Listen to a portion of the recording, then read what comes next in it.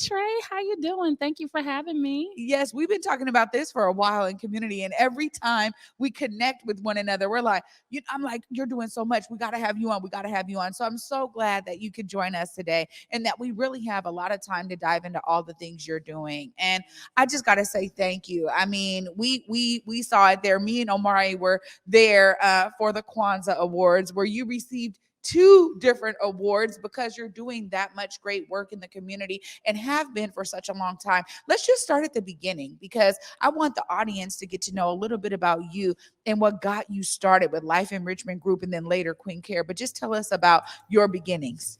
Yes, well, thank you so much for having me. You know, I'm a big fan of the show and the wall, so I'm really glad to be here.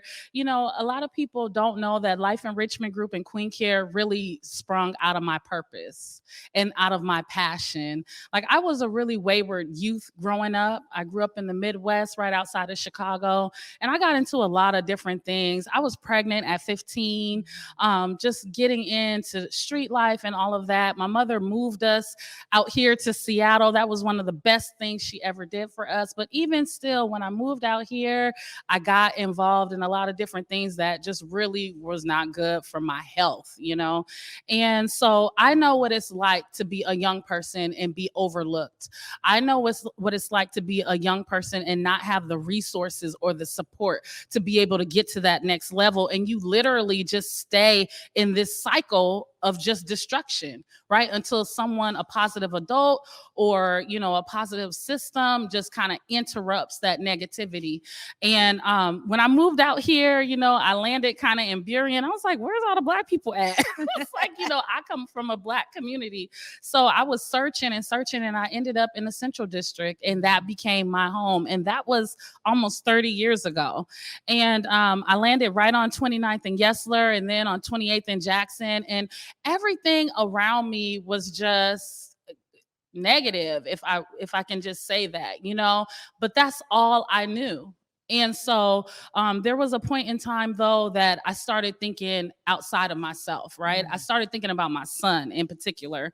And I didn't want him to like have the life that I had. I wanted better for him. You know, it was interesting because at that time, I didn't even want better for myself, right? But I wanted better for him.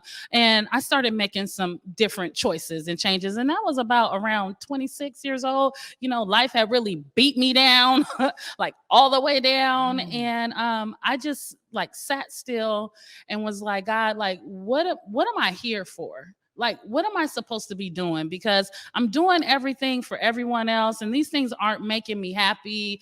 You know, my self-care is at zero. I'm running myself into the ground. My son is watching me. It's like, what am I here for? And I literally got really serious about 30 days of my life. And I remember it was the year 2000, because I remember it was 1999 and December 31st, and everybody thought the world was going to end. And I was like, let me have my little come to Jesus moment and get myself together too. And it came to me after about 30 days of just meditation and being still and just getting really serious and asking those questions like, what am I here for? Life Enrichment Group was born. And literally it was like, you are going to be what you didn't have growing up to these young people.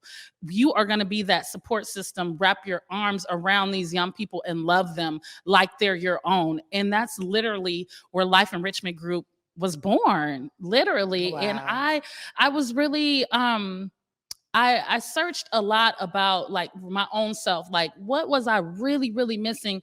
And it was a few different things, but first and foremost, it was like a cultural identity. Like, although I grew up in a Black community, like it just wasn't, I didn't know that like Black history didn't start with slavery.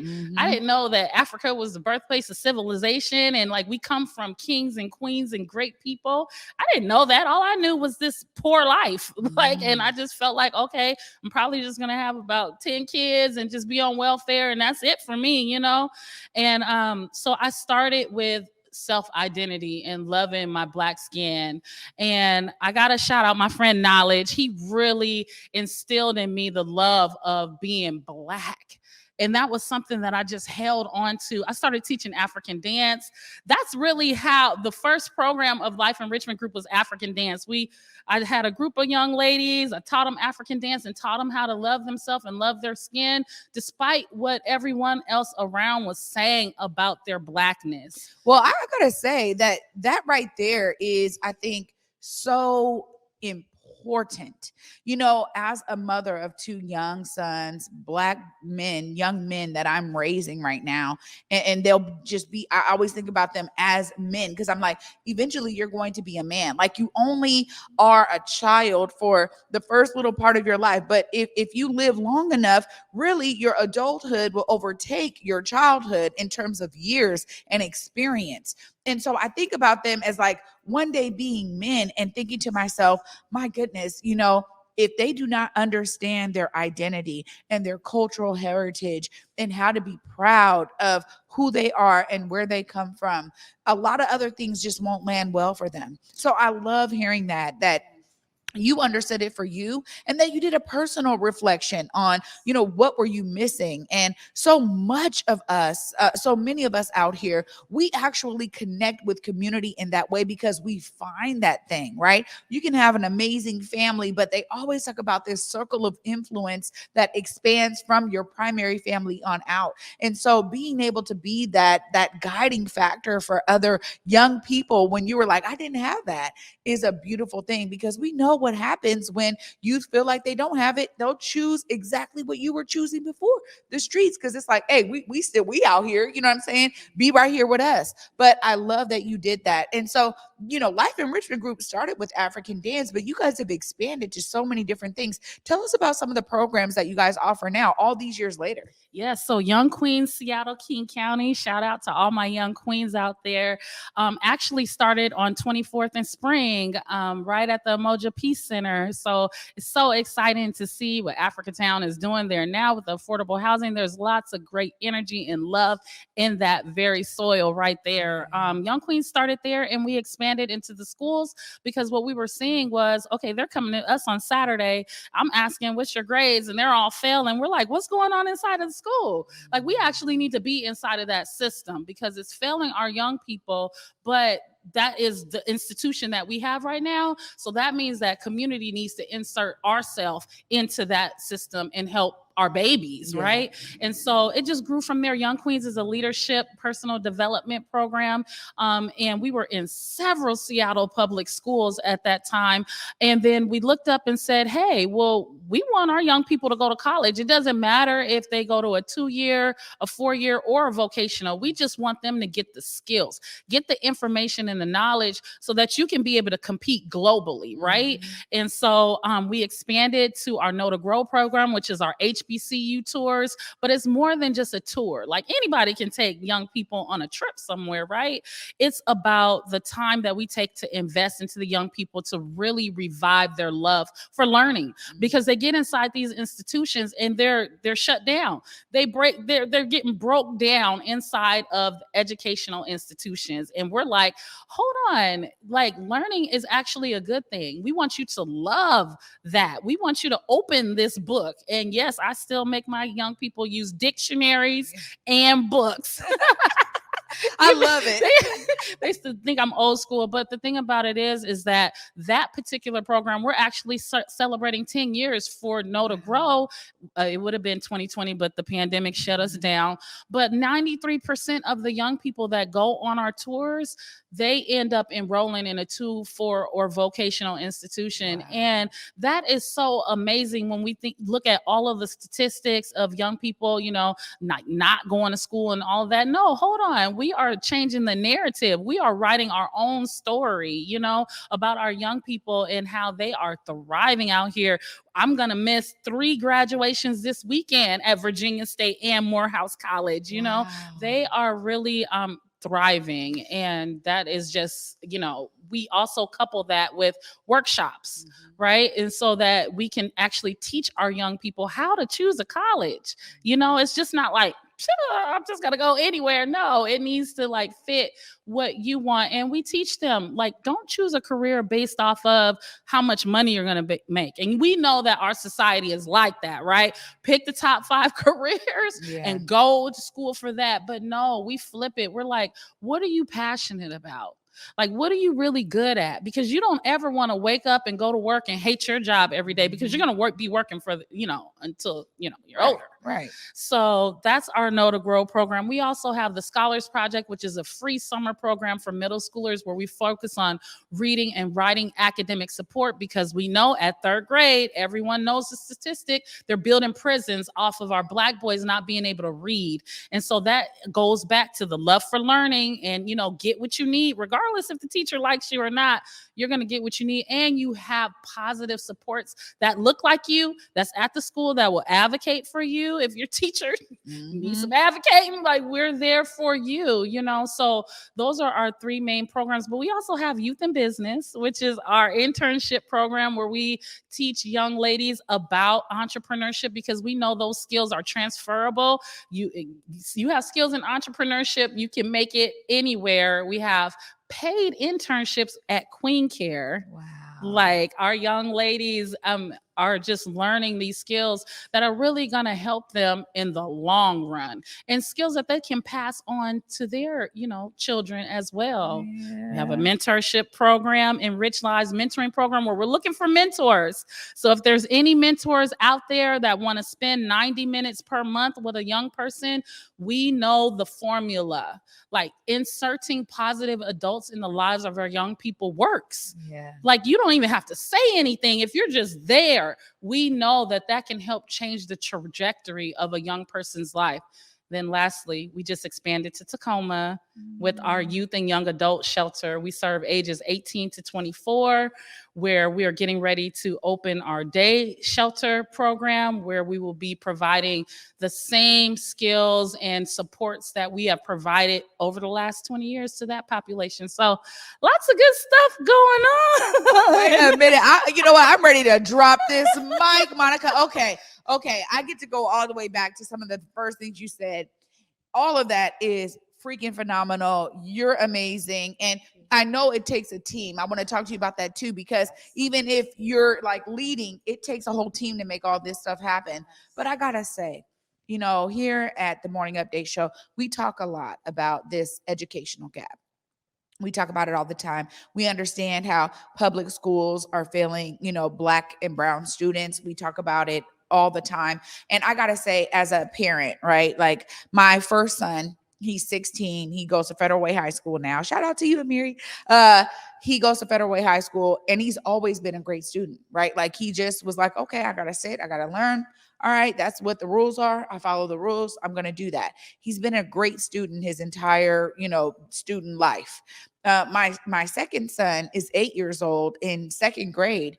And from the beginning, his teachers were calling me, preschool. I'm like, what is going on? My son just was not about that way of learning, right? So, we had Teaching with Love and Care. We had them here. Miss Catrice Dennis, shout out to you. And I'm so grateful that I found her, right? Because she now just converted a little bus, and they do exploratory learning. She just told me yesterday that my 2nd grader is reading at a 6th grade level, because she does a mastery approach. And so the way that he's learning there is phenomenal, and it's built for him, right? With all of these different things that she brings to their lives as the young people that she's connected with. And I got to say, public schools are better served when folks like yourselves and organizations like Life Enrichment Group are a part of the community that they build. But let's not be forgetting the fact that the students are the bag.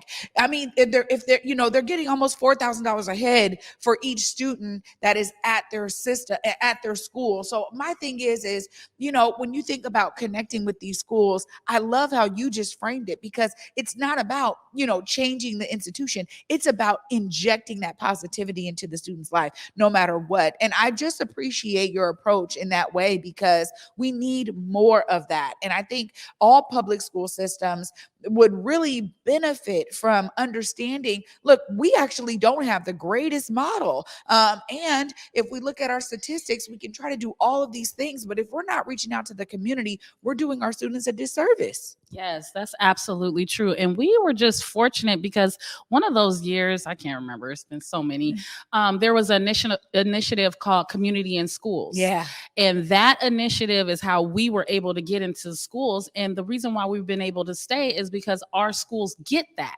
But not all schools get it. Yeah. But I'm telling you, since the pandemic, schools are starting to get it. Our lines are ringing off the hook like, oh, can you come? Can you come? Can you come?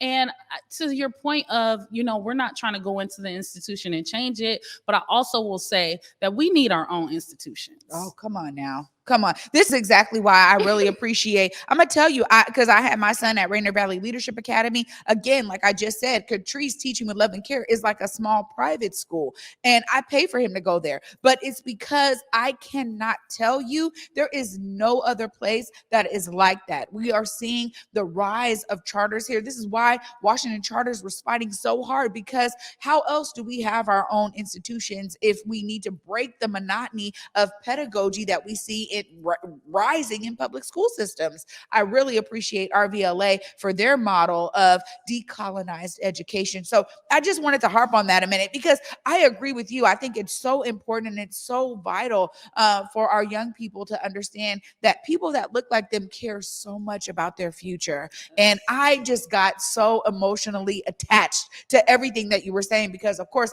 I just told you before we started, I need to get my son, connected with you. I mean, there's so many amazing groups that I think are doing great work. And ultimately, it's on us as parents to try to research that. But how do you guys, spread the word and make sure that, parents and families know about Life Enrichment Group and all the programs that you offer? Yes. First of all, shout out to the Life Enrichment Group team. Shout out to the Queen Care team. Like, this is definitely something that I have not been able to do on my own. I carried it for a really long time, like about maybe 6 or 7 years, and then steady increasing. People just, grabbed onto the vision, and it grew. Parents and community we are in the community. We are out here. We are not hard to find. If your child is not at one of the schools that we serve, we do have, since Zoom has been a big thing now, your kid can hop on Zoom right now. We're having Zoom classes every third Saturday. Our summer program is going to be a hybrid, in person and on Zoom. I mean, we've been serving young people from across the nation, with this new Zoom thing. So like, I'm out here. We are here. We are not hard to find. Look us up on the website. I'm always accessible via social media. I mean, I'm not hiding. I think it's important. This is exactly, I see you. All over the place, Monika. Like, and every time we're like at a community event and I'm like, oh, hey girl, right? But the thing is that to me, that's really where the real community building and relationships come into place. And I'm always trying to make sure my son, my 16-year-old, he's got his own life. So he's not with me as much as my 8-year-old, but just to bring them along with me when I'm, out here in community and connecting and doing events and things like that. Cause I think it's important for them to have that exposure to this is what Black community looks like here. And I will never forget, and I keep hearing this time and time again, you can talk about different states that have a large Black population. You just said it here today, but there's something very unique about Seattle's Black community in terms of connecting with each other, having this, Converge Media and the Black Media Matter Studios to really shine a light on all these amazing stories that are happening in our community. And honestly, it's one of the things that I get to benefit from, not just because I'm seeing it happen, but really being a part of it. And I just appreciate you for that. So, y'all heard it right there. Life Enrichment Group, make sure you guys are checking out all the programs that you offer. We're going to be talking a little bit after this short break, a little bit more about Queen Care and you guys' annual fundraiser that's coming up for Life Enrichment Group. So I can't wait to dive into that with you. You guys stay tuned. Monika Matthews and I are going to continue this amazing conversation after this short break. You're watching the Morning Update Show. My name is Josephine, and I live in Renton, Washington.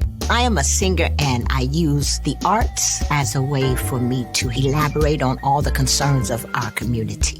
I ended up with COVID and it impacted my life greatly. I was told sometimes to rest, but resting felt like I would die. I was told to lay down, but laying down flat took my breath away. Even after getting COVID, I still did not want to have anything to do with the vaccination. There was much fear in the African American community, and no one should react out of fear. Before you do anything, pray. And make sure that you're praying to get the answer and not praying to get your answer. Since I received the vaccination, I've been able to breathe. Reconsider asking yourself why you are hesitant, because it wouldn't come up if it didn't need to come out. I'm telling you to stand and make a choice. We'll be all right. The breathtaking new musical, Afterwards, is the story of the art we make from the love that shapes us. When three women discover unexpected truths, a dazzling mosaic of intersecting lives reveals itself.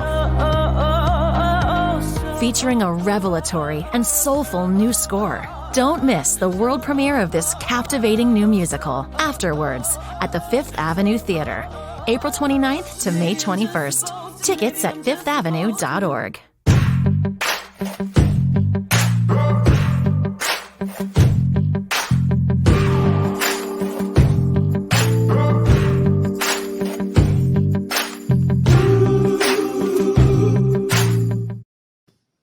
Welcome back, everybody, to the Morning Update Show. I am your co-host, Trey Holiday, and joining me right now is Monika C. Matthews. Once again, Monika, I'm telling you, you really set the tone for all the things that you're doing, and I just appreciated your personal story, because I know for me, it's like that's one of the things I love about being right here in the Black Media Matter Studios and connecting with folks like you, because we all have that thing that drives us for what we're doing out here in the community and in the world.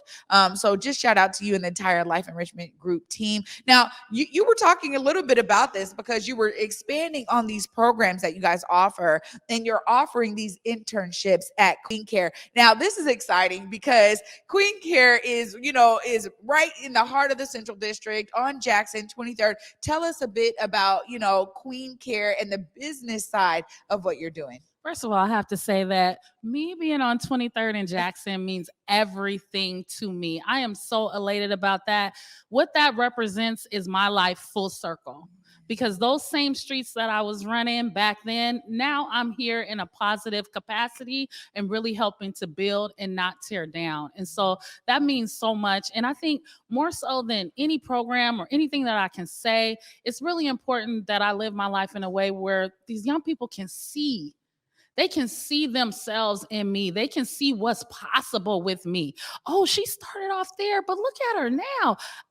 I'm here now. I can go here, And so that means everything to me. And so being there, though, is just, man, I stand on the shoulders of those who have come before me.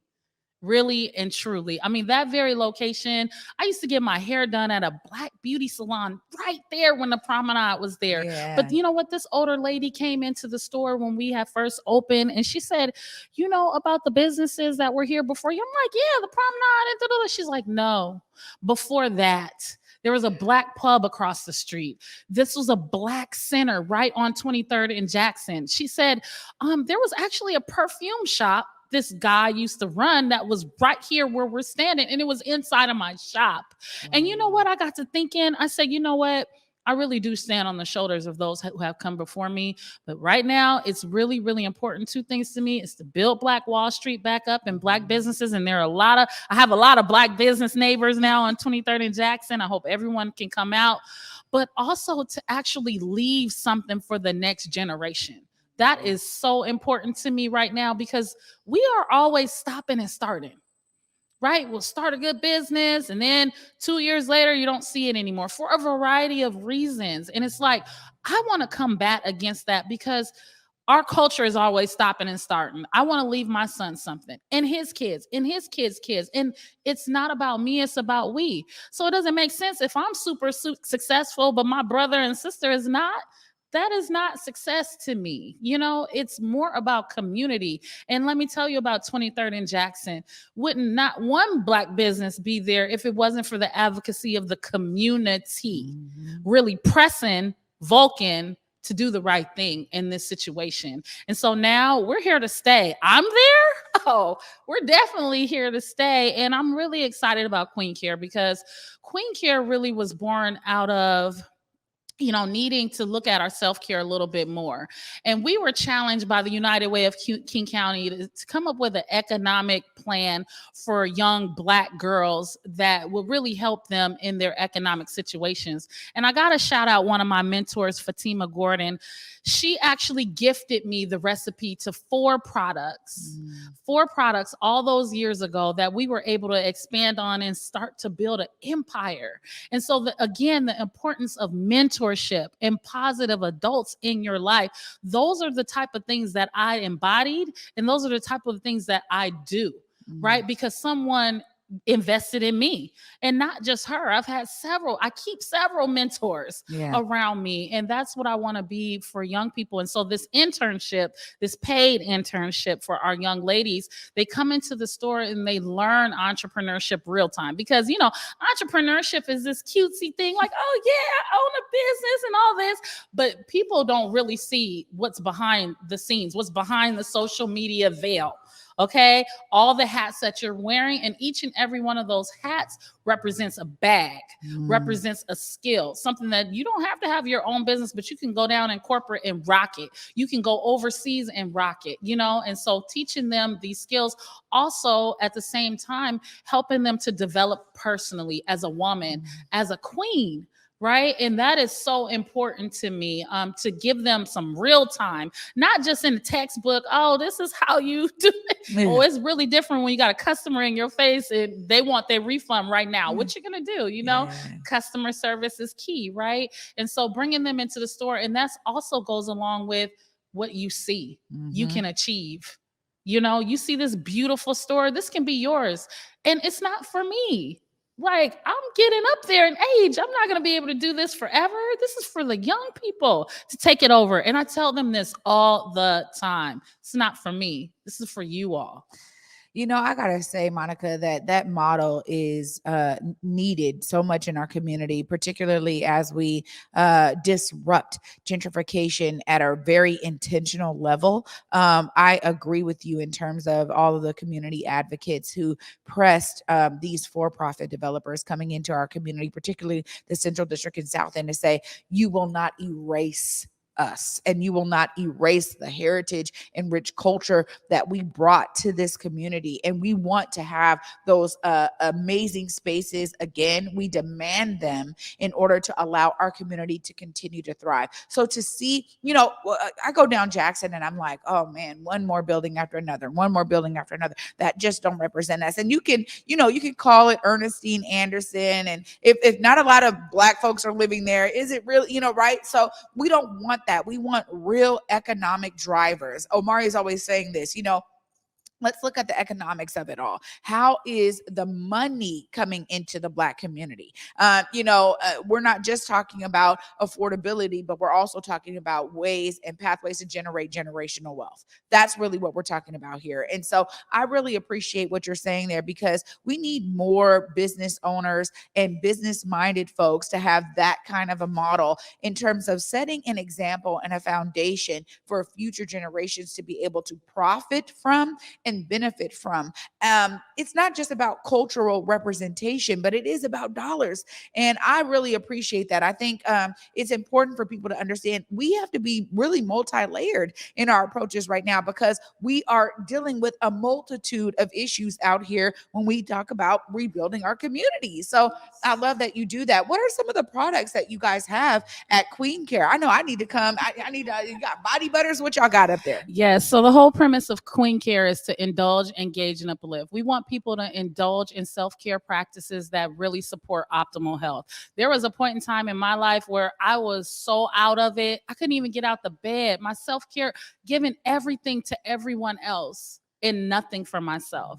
changing the narrative on that. No, indulge in self-care practices, you first, okay? That's not selfish. We want people to engage in their community like we do. I'm out here engaging, seeing what's going on, building relationships so we can understand each other a little bit better. And that's not just from Black to Black, that's like cross-cultural. Yeah. We need those cross-cultural connections. And then uplifting our community, like the things that you were saying, passing down wealth. We're always passing down bills and problems and generational curses. Like, let's pass down some wealth and some leisure and some happiness. So I got to tell you, our top 2 products that you have to come in and get, number 1 is our brown sugar scrub. That product right there will have your skin silky smooth and just ready for the world. Variety of uses for it. And you know, the whole thing about like even using these products is the time really that you are taking to moisturize your skin, to say, you know what, I'm gonna take care of one of the number 1 organs in my skin, on my body, right? Taking that time to do that, because how many times have we just jumped in the shower and jumped out and jumped off for our day and you just gone? Like, it's a ritual. Self-care can be a ritual, a practice, right? And then you got to get our shea cream. Our shea cream is like the top runner. Those 2 products right there have kept us on the map and actually have taken us nationwide. Wow. I got to tell you, as someone who truly does have self-care every morning with my shower, even if I take a bath at night and I take another shower in the morning, there is something so special about utilizing Black products on my Black skin. And I am so grateful that I get to even pass that down to my sons. I was just talking to my 16-year-old about caring for his feet. You know, as an athlete, these young men need to know, like, you need to scrub, you need to be doing extra things. So I took him to get a pedicure, but I said, there's things you can be doing in between. You need to be having that shea butter, having that scrub. So I'm all about it. You will probably be seeing me up there because I'm going to tell you right now, I got a whole litany of it. And I do actually have some cream care shea butter. So I'm so excited. Shout out to Dr. Mims, because Dr. Mims gave me a little gift bag and it had that in there. I was like, yes, I'm all for it. But you know what? This is really something to be said for all business owners out there, that you can start with several products and allow those to be really great products and they will take you far. So this is just exciting all around. I mean, you know, you're doing so many different things. And this is why we wanted to give you all the time to really talk about these multiple hats you wear. And as somebody who wears multiple hats, I know what it means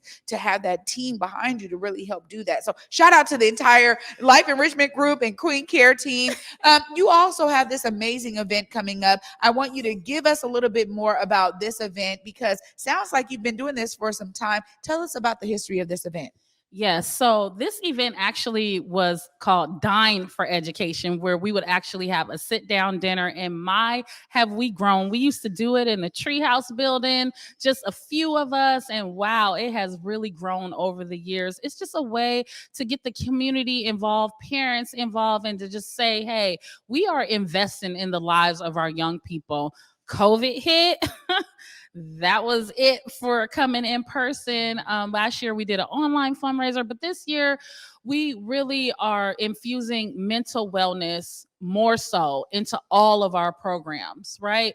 COVID really did shine a light on a lot of mental health issues that we all were having. Like I said, prior to COVID, like I was depressed. I couldn't get out the bed, but COVID had to happen to slow me down enough to say, you know what, you have some wellness things that you need to work on. And when we looked at our young people, we were like, we also need to infuse some innovative ways to make sure our young people are mentally well. I mean, it's not going to look like a therapist on a couch, right? We need some art therapy, some music healing, like those type of things for our young people. And so this year's fundraiser is really raising funds so that we can invest in mental wellness of our young people. It's called Dash for Education. This is innovative in its own self. We're having a scavenger hunt, okay? a scavenger hunt because we're being very intentional. Everything we do is intentional. We're not just haphazardly pulling things out of the air to do, right? So what we want to do is get people out the house, number one, because even I myself, I'm a homebody, but like we need to get outside a little bit more. Like I put on a few pounds since COVID. Like we want to encourage people to move around a little bit. So we're like, okay, scavenger hunt. We are highlighting 3 businesses that are in the Columbia City, Hillman City area. We're shutting down the block, just going to have a good time. Fitness for the Culture will be there doing Zumba. Shout out to Ashley. And we are going to have $1,000 prize. So you'll get your clues. You'll go to one business. If you can figure out what that business is, you'll get your next clue. You get your next clue. And the winner, $1,000, and you are actually investing in mental wellness services and opportunities for young people across King and Pierce County. My goodness. Amazing and so innovative. You don't often hear about fundraising scavenger hunts. Let me tell you, what a great way to pull together some fun activities. Clearly, this is family friendly, right? I mean, Salman, put it up there one more time so people can get the logistics. Just tell us about when this event is happening and how people can connect to it. Yes, May 14th. Registration begins at 12. The event starts at 1 sharp. Okay. So you can register on site right in Columbia City in front of the Columbia City Queen Care. So we have 2 locations for Queen Care. Jackson is our flagship. Queen Care is closed down right now because we're actually remodeling it for a spa, which is going to open fall 2022. So 37th and Hudson, 3702 South Hudson Street. Meet us there. We're going to have a great, great time. And we're just going to move our bodies, move around, get some fresh air, and just build community. Well, you know, it sounds like Converge is already going to be in the building because my girl Besa is going to be there. You also got Tyra is going to be in the building. So look, you have already connected to the Converge family. Shout out to my girl Besa for being a part of this amazing event. You know, Monika, this is something that's so needed in our community. And it sounds like people will not only be able to have a great time, but also contribute to an amazing cause. Several interviews that I've had and different people I've been speaking to, we've been talking about the need to really transform philanthropy. And I'm sure you understand that as Life Enrichment Group is a nonprofit, and then you got your for-profit with Queen Care. The idea that philanthropy needs to be more connected to whoever it's granting to, right? It can't just be this check mark box that they are like, oh yeah, we're doing this is the, Black organization, we're connecting. No, it needs to be real, intentional and genuine and relational. We talk about the difference between, transactional and relational all the time. And I think, philanthropy is kind of waking up to that. Before I let you go, I had to ask you, because as you talk about this fundraising event and allowing the community to come in, how have you been able to really transform some of your philanthropic partners to understand that necessity to have that genuine relationship? Yes, to be completely honest, COVID is what shook up that whole sector. And I was able to really talk to our funders and say, hey, in years past, we've been trying to get money for mental health. And it's like a no every single time. But when COVID hit, it's like, okay, we're open to anything on the table. They see us as experts now. And we are that. We are an expert in serving African-American children and their development. And so changing that shift, like, we're the experts and we need you to fund us as the expert. We can all stay in our lane and we can get this work done and actually close these gaps that are all across all of these sectors, right? With our children. And so we have just really been blessed that, like, the city of Seattle, King County, Pierce County, Tukwila School District have really gotten it and said, you know what? We're going to give you, you take the lead, just tell us what you need and we'll write the check. And that's how it needs to be. That really is how it needs to be. I was just having a discussion with someone and I said, what you need to be thinking about is unrestricted funds, because you got to come in and want to build real relationships. Many Black-led organizations and nonprofits, do a variety of things. If you center it on one thing, you're going to be missing out on opportunity. So I'm glad that you were able to have those discussions too. Before I let you all the way go, you can look right there. Make sure people know how to connect with Life Enrichment Group and Queen Care. And you personally, if you want them to follow you on IG, let them know right there in that camera. Yes. Well, you all know you can follow me on Facebook, Monika C. Mathews, absolutely. On Instagram, Life Enrichment G, or Queen Care Products _1. Parents, please reach out to us. You can email us, info@lifeenrichmentgroup.org. You can ping us, DM us. However, just reach out. You see me at the grocery store because, listen, I live, work, and play in the community that I love. So you can catch me at QFC or PCC or wherever. And just the main thing is just reach out and connect. We can't read minds, but we are here to support your children, and we love them like they're our own. Please reach out. Connect with us. There it is. Reach out and connect. Monika C. Matthews, thank you so much for being with me today on the Morning Update Show. We appreciate all you're doing in community, sis. I see you. I salute you and your entire team.